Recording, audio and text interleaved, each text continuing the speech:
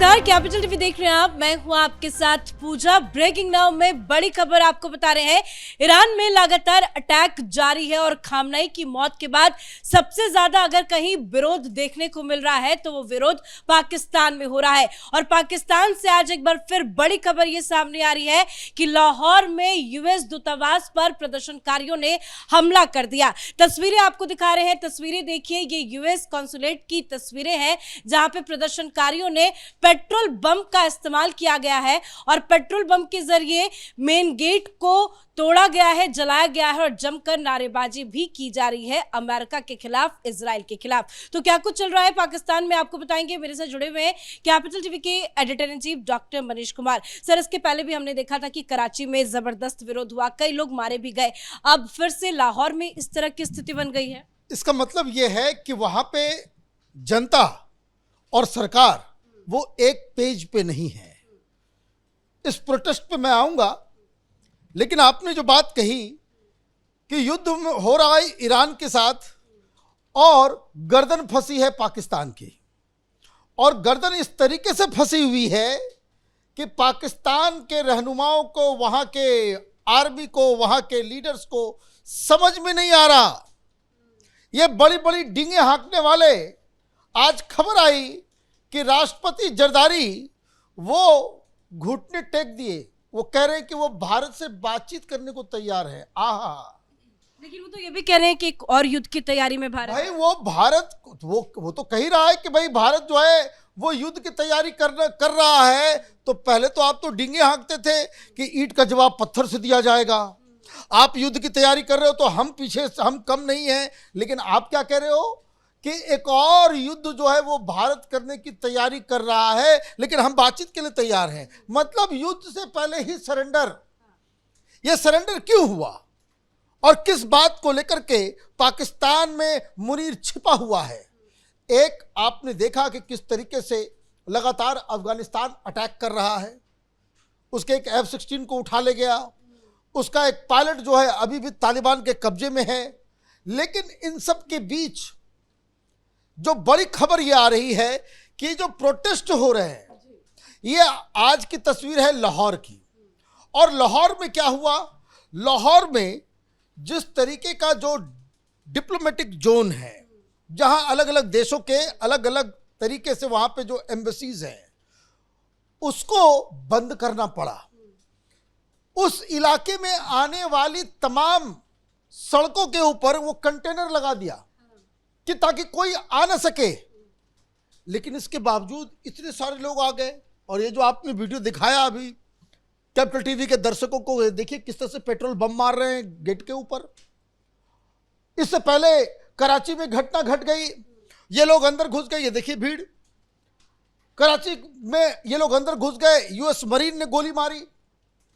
अब ये जो लगातार प्रोटेस्ट हो रहा है, चाहे सरकादू में हो रहा है, चाहे वो लाहौर में हो रहा है, चाहे वो कराची में हो रहा है, चाहे इस्लामाबाद में हो रहा है, तो एक वार्निंग दी गई है अमेरिका की तरफ से कि स्टॉप दिस नॉनसेंस, ये हम बर्दाश्त नहीं करेंगे। Already they have taken few actions, जैसे वीजा सेवाएं रद्द कर दी गई, सारी वीजा सेवाएं जो है रद्द कर दी गई हैं।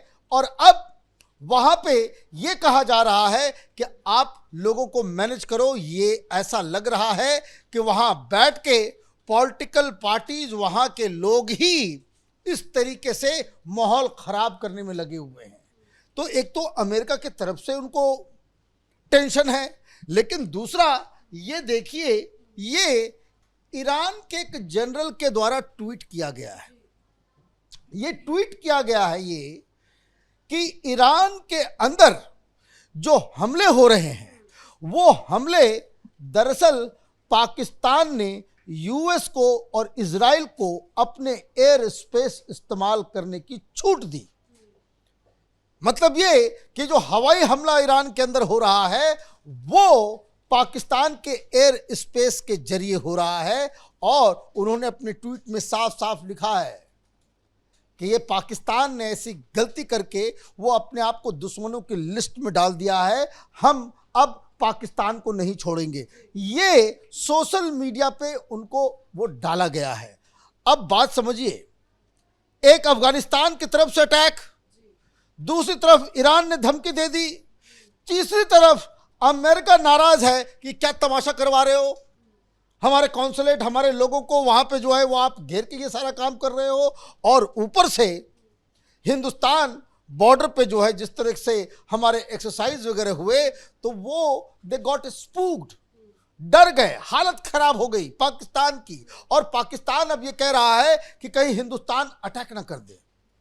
ये लड़ाई कुछ दिन और ज्यादा चली तो ये हिंदुस्तान में अभी तो थोड़ी कोई मनमोहन सिंह बैठे हुए हैं, यहाँ तो चाणक्य बैठे हुए हैं, प्रधानमंत्री मोदी बैठे हुए हैं।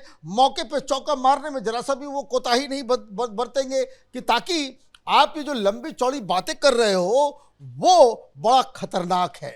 तो इसका मतलब ये है कि भारत की तैयारी का सहारा लेकर वहां राष्ट्रपति जरदारी, भाई बोलना है मुनीर आकर के बोलना है तो वहां डिफेंस। इन दिनों मुनीर की तो चुप्पी भी कई तरह के सवाल खड़े कर रही है, क्यों आज से मुनीर इतने चुपचाप बैठे हुए हैं? चुपचाप इसलिए बैठे हुए हैं क्योंकि वो कायर व्यक्ति है, वो डर गया क्योंकि अमेरिका के कहने पे, अमेरिका के दबाव में, उसके इशारे पे एयर स्पेस उसको देना पड़ा।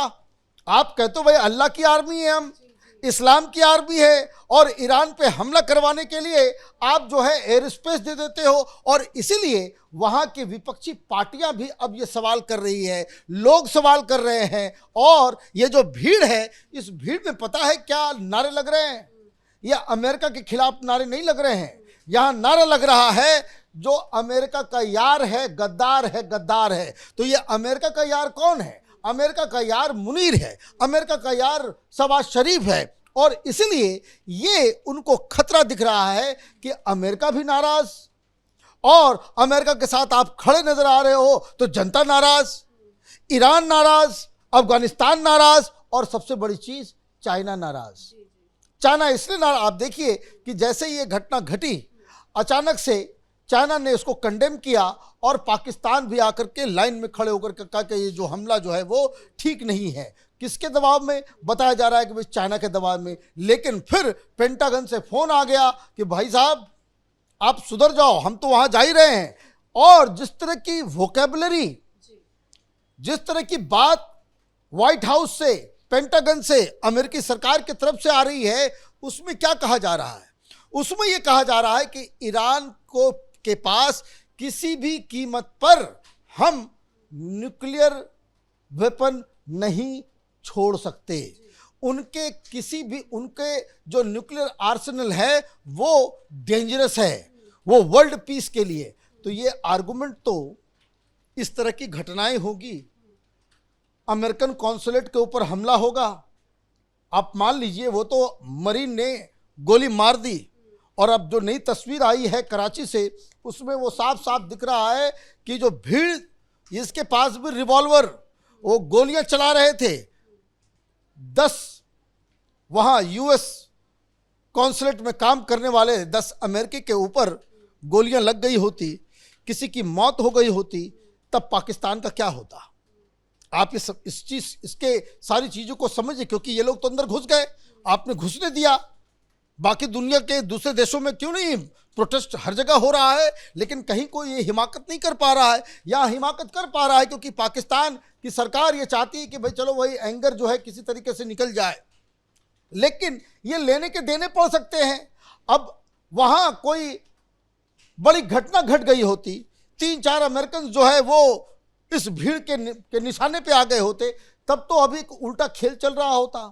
अब तो पाकिस्तान, तो ये असल डेंजर है मुनीर के सामने कि वो न घर का रहा है न घाट का रहा है। चाइना भी शक की निगाह से देख रहा है, अमेरिका भी शक की निगाह से देख रहा है, ईरान ने खुली धमकी दे दी है, अफगानिस्तान के साथ युद्ध चल रहा है। और अब आपको क्या करना है? अब आपके पास एक रास्ता बचा हुआ है कि उसको सब मालूम है कि ये सब जो है बड़ा भाई जो इधर बैठा हुआ है उसकी वजह से हो रहा है। ये प्रधानमंत्री मोदी जिस तरह की चाणक्य नीति खेल रहे हैं, जिसमें पाकिस्तान को पूरी तरीके से फंसा दिया है, इससे बचने का एक ही रास्ता है कि मोदी के सामने सरेंडर करो, बातचीत की बात करो कि भाई युद्ध नहीं हम चाहते हैं, हम बातचीत करना चाहते हैं, we are ready to negotiate. तो हिंदुस्तान अभी निगोशिएशन के मूड में नहीं है।